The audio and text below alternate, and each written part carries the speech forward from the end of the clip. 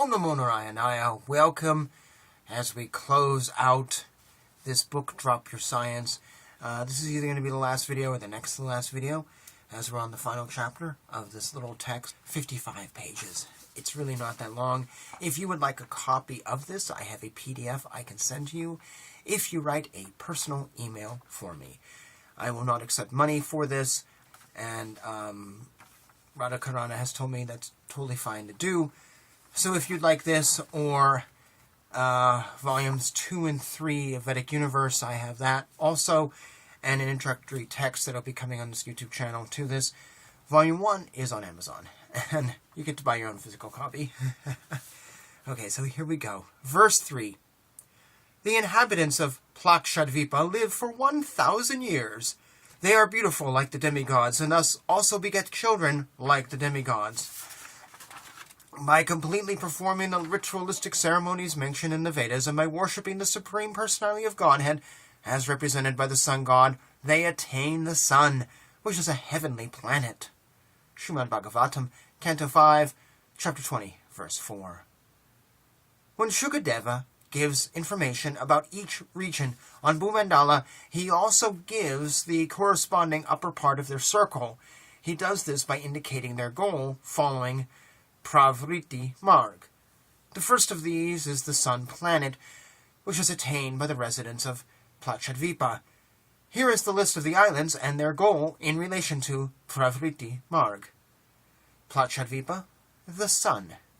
Samalidvipa, the Moon. Kushadvipa, Mahaloka.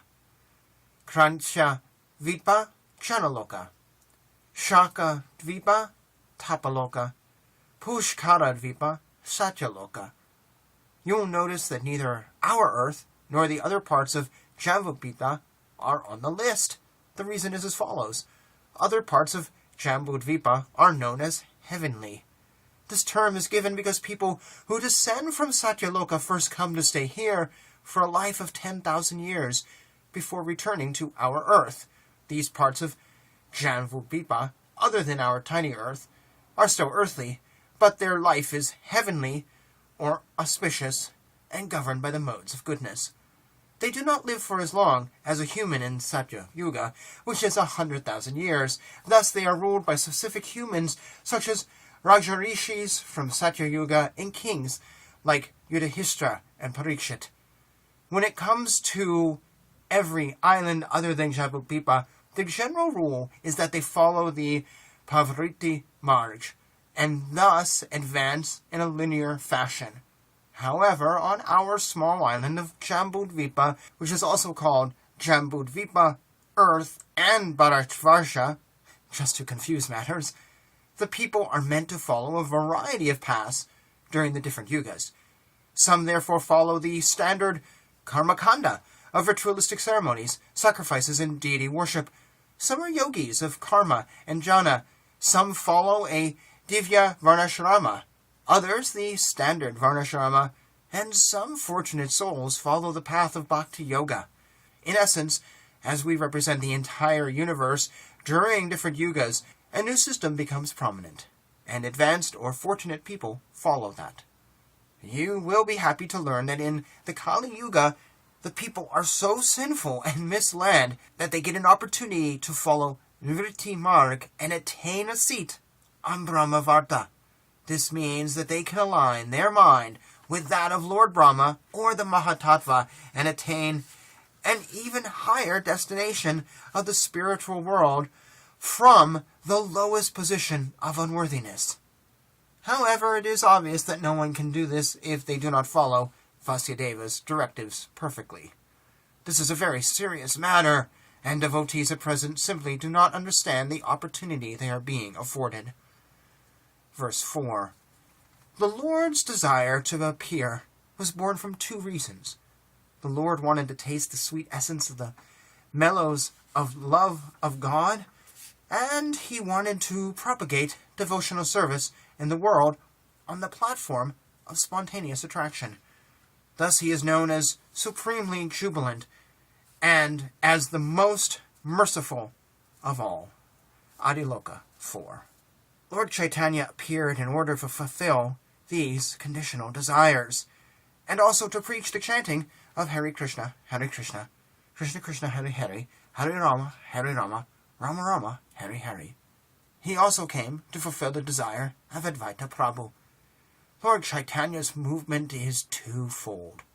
As explained by Krishnadasa Kaviraja, when the time came for the Yuga Dharma to be promulgated, it coincidentally aligned with the descent of the Lord, who also had a primary reason for his descent. Normally, the Yuga avatar in Kali Yuga is black. However, Lord Chaitanya is neither black nor blackish, as in the case of Krishna. It is therefore quite reasonable, and definitely so, that many who think they are devotees of Lord Chaitanya are actually following the Yuga Dharma and chanting the holy names of the Lord. By this, they will advance, and depending on the mindset, when they leave the material body, they will either receive their just reward, or they may be given another opportunity to deepen their relationship with the Lord.